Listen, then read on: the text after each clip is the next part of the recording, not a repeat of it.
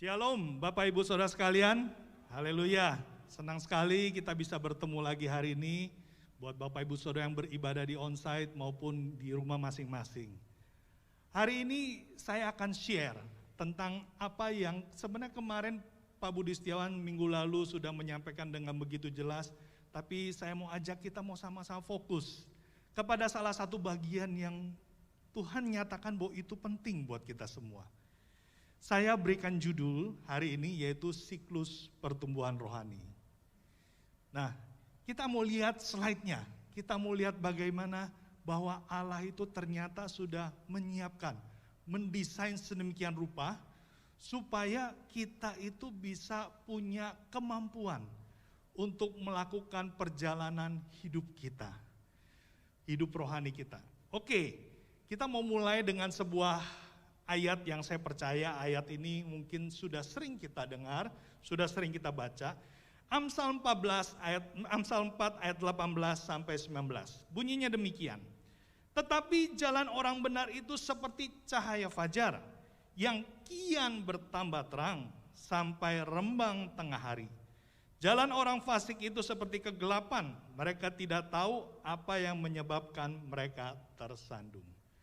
Nah, ayat ini menggambarkan bahwa dahulu sebelum kita mengenal Tuhan, sebelum kita menerima Yesus sebagai Tuhan dan Juru Selamat, kita semua adalah orang yang hidup di dalam kegelapan. Kita semua ada orang fasik. Kita tidak ada jalan keluar untuk keluar dari kegelapan. Nah itu di bagian yang bawah itu adalah kegelapan. Tapi pada saat Bapak Ibu Saudara menerima Yesus sebagai Tuhan dan Juru Selamat, itulah satu-satunya jalan yang memungkinkan kita meninggalkan tempat yang paling gelap itu.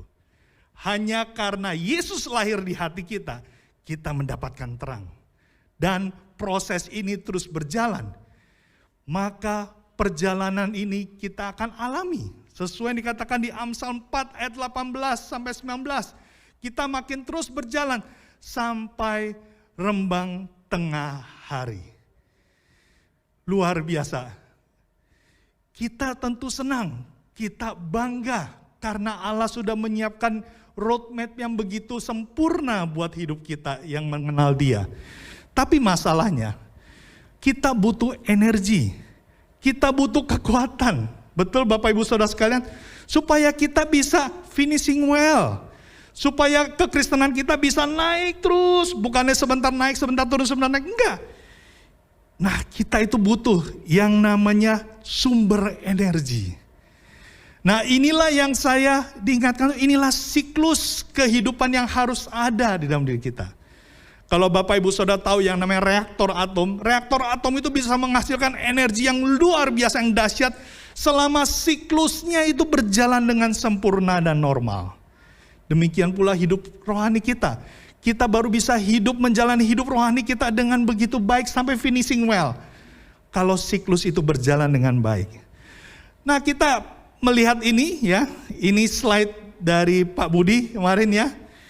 Ada 3 hal yang Pak Budi kemarin minggu lalu sampaikan. Buat Bapak Ibu Saudara yang belum sempat mendengarkan, ada di YouTube, bisa cari, dengarkan kembali, itu luar biasa. Ada 3 hal yang Pak Budi sampaikan, yaitu interdependent, ya mulai dari bawah dulu, mulai dari dependent dengan Tuhan, kemudian independent, yaitu terhadap diri sendiri, dan interdependent. Nah Bapak Ibu Saudara sekalian, saya melihat hal ini, 3 hal ini sangat penting. Dan ternyata inilah adalah siklus yang Allah kehendaki dalam kehidupan kita. Sebuah siklus yang harus putar terus. Kita nggak bisa bilang saya sudah bergantung sama Tuhan, saya sudah bisa menang atas dosa, saya bisa tertanam dalam komsel dan kompak, sudah selesai. Nggak bisa begitu. Hidup kita terus berjalan, siklus itu harus terus berjalan. Nah saya mau ajak kita mau lihat kembali masing-masing ayat dari ketiga poin ini, tapi saya mau ajak dari sudut pandang yang berbeda. Ada sebuah terjemahan dari The Passion Translation, ya. Mungkin ini akan menggambarkan apa yang saya ingin bagikan pagi ini. Dikatakan demikian, percayalah kepada Tuhan sepenuhnya dan jangan bersandar pada pendapatmu sendiri. Dengan segenap hati bersandarlah padanya untuk menuntunmu. Maka Dia akan menuntunmu dalam setiap keputusan yang kamu ambil. Bergaulah erat dengan Dia dalam apapun yang kamu lakukan. Maka Dia akan menuntunmu kemanapun kamu pergi. Jangan berpikir sedikit pun bahwa kamu tahu segalanya. Nah, ayat ini saya melihat bahwa ternyata hal yang paling penting yang Allah mau katakan dalam Amsal ini itu kata percaya. Jadi ternyata masalah kita bergantung sama Tuhan, intinya sebenarnya ada di satu kata itu, percaya. Makanya pada saat Yesus bilang kepada murid-muridnya, bekerjalah untuk makanan yang kekal. Pada saat Dia sedang mengajarkan tentang roti hidup. Murid-muridnya bingung, pekerjaan apa itu? Tuhan bilang, pekerjaannya adalah percaya. Jadi ternyata soal percaya kelihatannya simpel, tapi itu sangat esensi. Makanya kita sebagai orang Kristen disebut orang percaya. Karena itu satu-satunya perbedaan kita dengan mereka yang gak kenal Yesus. Di sini katakan bahwa percaya. Kenapa kita harus percaya? Karena Dia akan menuntunmu dalam setiap keputusan yang kamu ambil. Wah, kalau kita benar-benar percaya bahwa hanya Yesus yang bisa menuntun semua keputusan kita.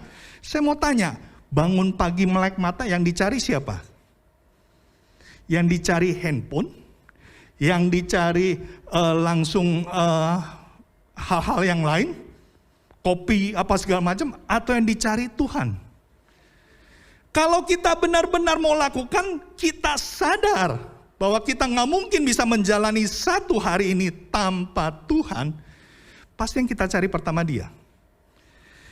Nah, inilah sebenarnya hal yang paling penting harus kita lakukan. Tapi pertanyaannya, Pak, saya tahu Pak, tapi susah Pak.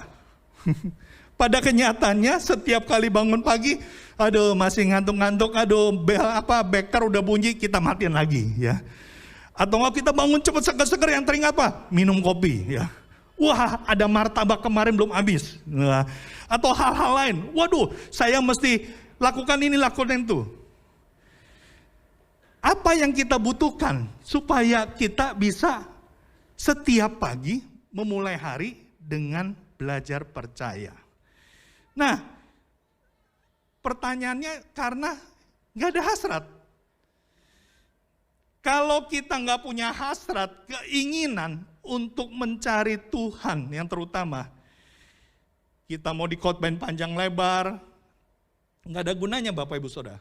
Yang penting itu ada hasrat. Makanya di dalam 1 Petrus 2 ayat 2 katakan demikian.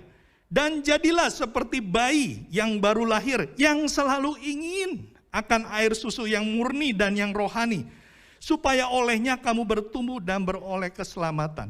Jadi ternyata Rasul Petrus menggambarkan hasrat itu seperti bayi baru lahir yang mencari susu. Ibu-ibu yang sudah pernah melahirkan tahu persis ini.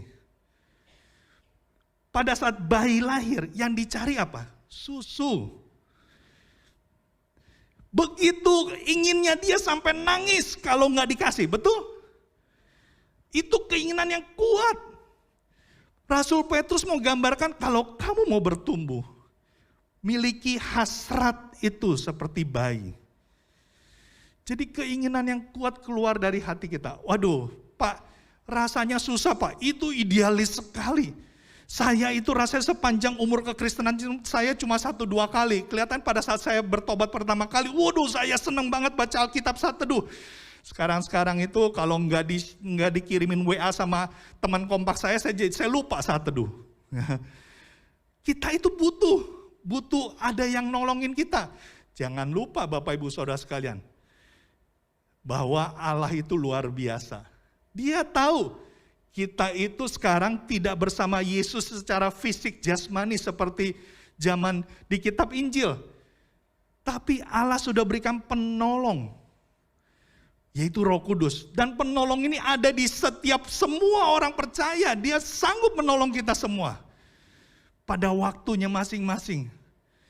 Jadi kalau kita sadar kita punya penolong, kalau Bapak Ibu Saudara punya penolong, terus mau menghadapi sebuah masalah, kira-kira apa yang harus kita lakukan dengan pada penolong itu? Ya minta tolong. Benar ya? Lu udah tahu lu punya penolong ya. Lu ngadapin musibah, lu nggak minta tolong. Akhirnya terkena musibah. Maaf kata, yang bodoh siapa? Ya, yang nggak minta tolong. Udah tahu penolongnya itu nggak pernah tinggalin kamu. Bukan berarti kalau kita nggak lagi dalam dosa, baru Roh Kudus ada di samping kita, enggak gitu loh. Firman Tuhan nggak bilang seperti itu. Firman Tuhan nggak bilang tunggu kalau kamu rajin memberikan perpuluhan, Roh Kudus baru ada beserta kamu, enggak loh. Firman Tuhan nggak bilang tunggu kalau kamu rajin kompak dan komsel mesbah koramdo, baru Roh Kudus beserta kamu, enggak loh. Tunggu kalau misalnya kamu udah nggak berbohong lagi, baru Roh Kudus beserta kamu, enggak. Janji Allah ini diberikan kepada semua orang yang pernah menerima Yesus sebagai Tuhan dan Juru Selamat. Roh Kudus tidak pernah meninggalkan kita. Amin. Dia penolong yang selalu ready. Ngomong aja, gimana Pak ngomongnya sama Roh Kudus? Yang ngomong dari hati kamu. Nggak perlu teriak-teriak atau pakai toa, nggak usah. Ngomong dari hati, Tuhan, aku kepingin Tuhan besok itu aku mau bangun pagi dengan hasrat baca Alkitab.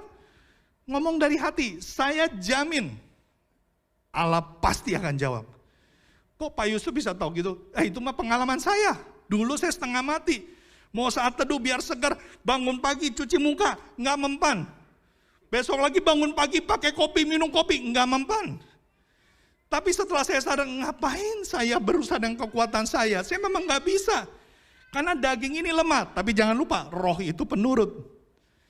Artinya, bicaralah dari roh kita. Dan biarkan roh kita yang memimpin hidup kita. Dan kalau kita lakukan itu, saya jamin Bapak Ibu Saudara, hasrat untuk kita mencari Tuhan setiap pagi, itu pasti akan diberikan. Oke, ayat ini kemudian dikatakan di bawahnya, bergaulah erat dengan dia dalam apapun yang kamu lakukan. Dan di kalimat yang terakhir, jangan berpikir sedikit pun bahwa kamu tahu segalanya. Artinya, kalau kita mau percaya Tuhan, kita harus siap mulai dari nol. Selalu setiap pagi mulai sadar bahwa gue gak bisa apa-apa tanpa Tuhan. Oke, saya berikan sebuah ilustrasi. Ini satu pribadi ya. Dia itu selalu dikuasai oleh dosa seksual dan mamon. Itu yang abu-abu manusia lamanya. Terus kemudian apa yang dia lakukan? Dia lakukan adalah dia berdoa. Dia ngomong sama Tuhan, Tuhan gimana nih caranya aku mengalahkan mamon ini? Terus Tuhan langsung jawab. Dan apa yang terjadi setelah Tuhan jawab? Firman-Nya masuk ke hati dan jadi iman. Dia ngomong lagi, Tuhan gimana nih dengan masalah dosa seksual itu? Masuk ke hati dan jadi firman. Itulah jadi iman. Itu yang dikatakan Roma 10:17. Iman timbul karena pendengaran dan pendengaran oleh firman Kristus. Jadi Bapak Ibu Saudara pahamkan betapa pentingnya kita itu mencari dan bergantung sama Tuhan. Karena hanya dengan itu kita peroleh iman. Dan baru itulah kita bisa jalani hari-hari kita dengan kasih karunia. Kemudian di dalam ayat yang berikutnya, dalam independen ya, dikatakan di Lukas 9 ayat 23. Katanya kepada mereka semua, setiap orang yang mau mengikut aku, ia harus menyangkal dirinya, memikul salibnya setiap hari dan mengikut aku. Wah, seringkali kita berpikir kalau pikul salib, waduh berat, sedih, waduh. Itu rasanya sesuatu yang, rasanya perlu perjuangan. Perlu dengan darah dan air mata. Nah padahal, saya temukan di dalam Lukas 9:23 dalam terjemahan The Passion Translation itu menggambarkan sebuah gambaran yang berbeda. Di sini katakan demikian, Yesus berkata kepada semua pengikutnya, kalau kamu benar-benar ingin menjadi muridku, kamu harus sepenuhnya mengakui hidupmu bukan milikmu lagi. Merangkul salibku sebagai salibmu sendiri. Wah, ternyata di sini dikatakan salib Tuhan itu dirangkul. Kalau kita merangkul sesuatu benda, seorang anak merangkul boneka, artinya anak itu sayang atau benci sama boneka itu? Sayang. Anak itu enjoy atau enggak enjoy sama boneka itu? Enjoy banget, makanya dirangkul. Jadi ternyata pikul salib mengikut Yesus itu hal yang enjoy. Sukacita Allah terjadi justru pada saat kita pikul salib. Kok bisa gitu? Oke, kita lihat ilustrasi yang tadi, ya. Ini orang yang dikuasai dosa itu ya. Tapi setelah dia itu mendapatkan iman, lihat, ikatannya hilang dan dia itu bebas dari dosa. Inilah membuat dia itu sukacita. Dia senang karena bisa bebas dari tuntutan. Dia nggak perlu harus doa puasa untuk mengusir dosa seksual, onani, pornografi, nggak usah. Yang penting lu cari Tuhan, ketemu Tuhan, dengerin Tuhan ngomong apa, jadi iman, langsung lu bisa menang. Asalkan benar lu itu dengar suara Tuhan dan jadikan suara Tuhan adalah dasar hidupmu. Maka engkau akan menjalan dengan iman, ada kasih karunia, kau bisa lewatkan itu. Kok bisa kayak gitu? Contohnya siapa? Saya sendiri. Saya bertahun-tahun terikat pornografi, dosa seksual sejak dari SD. Tapi karena saya itu belajar setia, dengar suara Tuhan lewat saat teduh. Saya tanpa didoakan pelepasan segala macam, saya itu bisa, selera saya itu bisa berubah sedikit demi sedikit. Akhirnya saya menjadi tidak tertarik terhadap dosa. Itulah membuat Paulus bilang dia anggap semua itu sampah. Kenapa? Seleranya udah berubah. Bapak Ibu mau selera berubah? Mulai cari Tuhan setiap pagi. Nah itu akhirnya menjadi kesaksian iman. Wah saya menang. Punya kesaksian iman bahwa ternyata ikut Yesus itu enggak sulit. Yang penting dengar dan terima firman-Nya jadi iman. Kita bisa menang atas dosa. Nah kita masuk ke step berikutnya. Yaitu interdependent. Di dalam ayat Ibrani 3:13 katakan demikian. Tetapi nasihatilah seorang akan yang lain setiap hari. Selama masih dapat dikatakan hari ini. Supaya jangan ada di antara kamu yang menjadi tegar hati karena tipu daya dosa.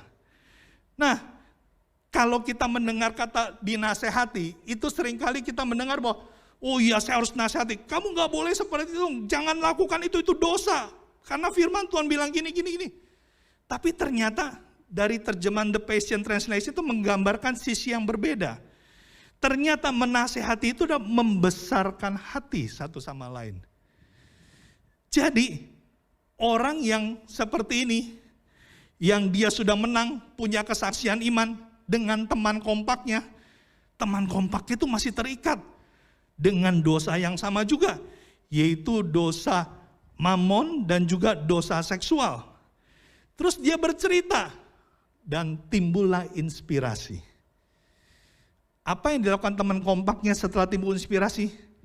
Kalau dia menerima itu sebagai sebuah teguran Tuhan buat hidupnya, dia akan mulai siklus itu buat dirinya. Dia akan mencari Tuhan, dia dapatkan sendiri firman itu, dan dia itu akan menang. Dan dia akan bersaksi lagi. Ini adalah siklus. Jadi Bapak Ibu Saudara sekalian, saya percaya nggak ada yang ideal dalam siklus ini. Seringkali kita merasa, aku udah dengar firman, aku sudah saat teduh, wah rasanya aku semangat, aku bisa mengalahkan dosa seksual pornografi. Ya, mau masuk yang kedua, saya mau mikul salib. Wah pada saat buka laptop lagi, masuk ke YouTube lagi, wah berjuang dengan setengah mati. Wah ada gambar-gambar wanita miskin lagi. Ada adegan-adegan yang waduh, yang seperti di kebun binatang. Wah berjuang setengah mati. Akhirnya jatuh lagi. Pertanyaannya, dia harus lakukan apa setelah itu? Bertobat Pak, betul bertobat. Setelah bertobat dia ngapain? Wah dia masih ikut komsel Pak. Dia mungkin pasti dia nggak punya teman kompak. Dia nggak ikut mesbah koram dia nggak ikut kebaktian, dia nggak lakukan ini, dia nggak baca ayat, dia nggak khatam. Wah banyak segala macam kewajiban rohani yang harus dia lakukan. Tapi sebenarnya jawabannya satu, dia harus bertanya kepada Tuhan. Dia harus kembali ke angka 1. Dia harus kembali percaya bahwa hanya Tuhan yang bisa memimpin dia melakukan semua kebenaran firman. Jadi yang harus dia lakukan adalah kembali ke Tuhan, ambil waktu pribadi. Sampai dia dengar sendiri Tuhan ngomong apa, dan itu jadi iman, dan iman itulah yang akan mendatangkan kasih karunia saat dia jalankan, dan dia bisa lepas dari ikatan dosa. Pak, kalau misalnya masalahnya itu pada saat dia udah lagi bersemangat, dia sudah punya kesaksian iman, dia ketemu teman kompak ya, wah dia cerita, tapi ternyata responnya nggak baik. Dia cerita malah teman kompaknya itu males-malesan, nggak respon ya. Wah itu kan bikin kita jadi kesel. Apa yang harus dilakukan? Ya gampang, balik lagi ke satu. Tanya Tuhan, Tuhan kenapa ya kemarin di kompak gue semangat, gue mau cerita kemenangan gue. Tapi kok responnya kayak gitu ya? Ya tanya ke Tuhan. Pasti Tuhan punya rencana di segala sesuatu yang terjadi dalam hidup kita. Amin. Roma 8 ayat 28, sekalipun itu nggak ideal, percayalah. Allah selalu pakai kondisi yang nggak ideal untuk kebaikan kita. Dia nggak pernah pakai suasana ideal. Dia selalu pakai yang tidak ideal. Kenapa? Supaya menunjukkan bahwa dia adalah Tuhan. Kalau dia memberkati saudara karena saudara punya pekerjaan bagus, pendidikan bagus, punya keluarga yang memberikan warisan segala macam. Tanpa Tuhan orang dunia juga bisa alami itu. Tapi justru karena ada masalah, ketidakidealan, saudara berada di dalam kompak yang gak ideal, saudara berada dalam komsel yang gak ideal. Disitulah sebenarnya Tuhan mau berproses. Asal kita tanya Tuhan. Kita kembali ke angka 1. Nah, jadi 1, 2, 3 ini adalah siklus. Jadi sebenarnya ini 3 ini adalah up in out. Yang kita udah sering dengar itu sebenarnya siklus pertumbuhan yang harus kita lalui. Nah, Bapak Ibu Saudara sekalian, hari ini saat teduh kita tentang Petrus ya. Keputusan Petrus yang salah. Karena dia akhirnya harus menyangkal pengenalan dia akan sang gurunya yaitu Yesus. Dia melakukan yang salah. Padahal dia itu setiap hari mendengar pengajaran dari sang guru. Tapi kenapa akhirnya dia salah? Kita tentu punya dapat perenungan masing-masing. Ada yang dapat perenungan, iya Kak, karena dia itu sombong. Karena dia itu mengandalkan kekuatan. Iya. Banyak sebab yang membuat akhirnya Petrus itu berbuat salah.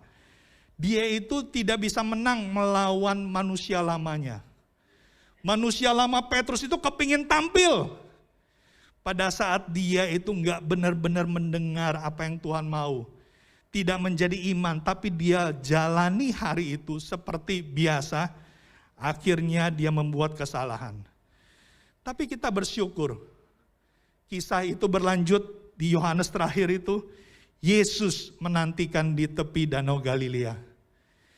Yesus menantikan Petrus, mengundangnya makan, dan Yesus membawa Petrus kembali ke titik nol. Yesus berkali-kali, 3 kali dia bertanya kepada Petrus, Simon, Petrus, apakah engkau mengasihi aku? Sampai 3 kali, sampai akhirnya Petrus itu sedih. Kenapa? Dia itu sadar bahwa dia itu harus mulai dari titik nol. Dan Bapak Ibu Saudara sekalian, kita tahu semua, setelah kisah itu, Petrus kehidupan rohaninya menjadi berkat. Luar biasa, dialah pribadi rasul yang berkhotbah pada saat hari Pentakosta. Dan pada akhir hidupnya, dikatakan bahwa dia akhirnya memilih mati disalib terbalik. Karena dia merasa nggak layak disalib seperti Yesus. Petrus berhasil menjalani hidupnya sampai akhirnya mencapai rembang tengah hari.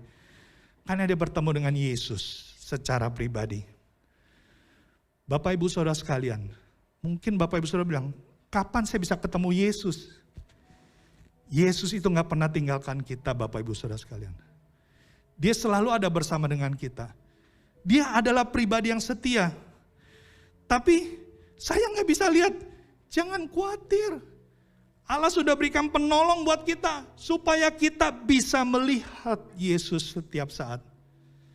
Masalahnya, sudahkah kita minta tolong kepada sang penolong itu? Lagu ini yang tadi kita nyanyikan, kata-katanya bagus sekali. Dikatakan bahwa saat ku berjalan, kasih-Mu itu menerangi langkahku. Karena tidak pernah kasih meninggalkan kita. Takut, tak ku bimbang. Karena ku tahu Kau bersamaku.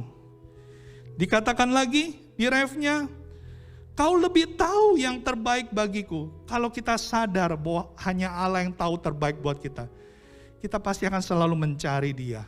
Dependent, itu yang pertama. Kenapa? Karena Kau lebih sanggup pulihkan hidupku.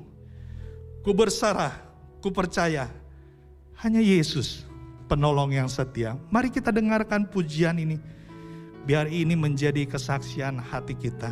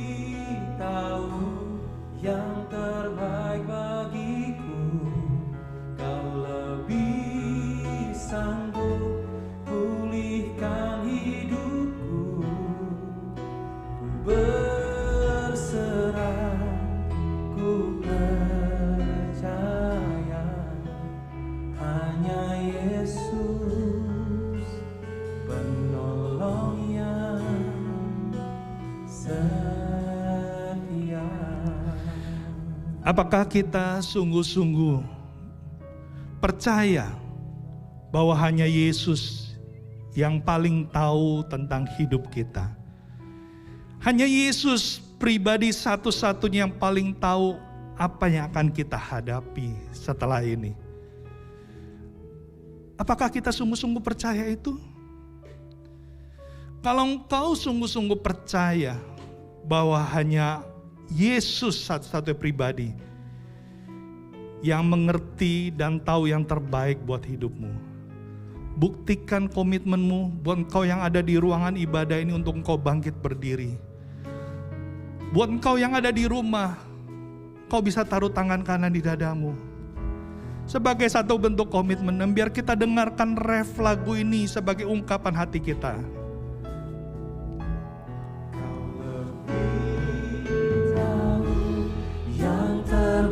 Bagiku, Kau lebih sanggup pulihkan hidupku. Ku berserah, ku percaya, hanya Yesus penolong yang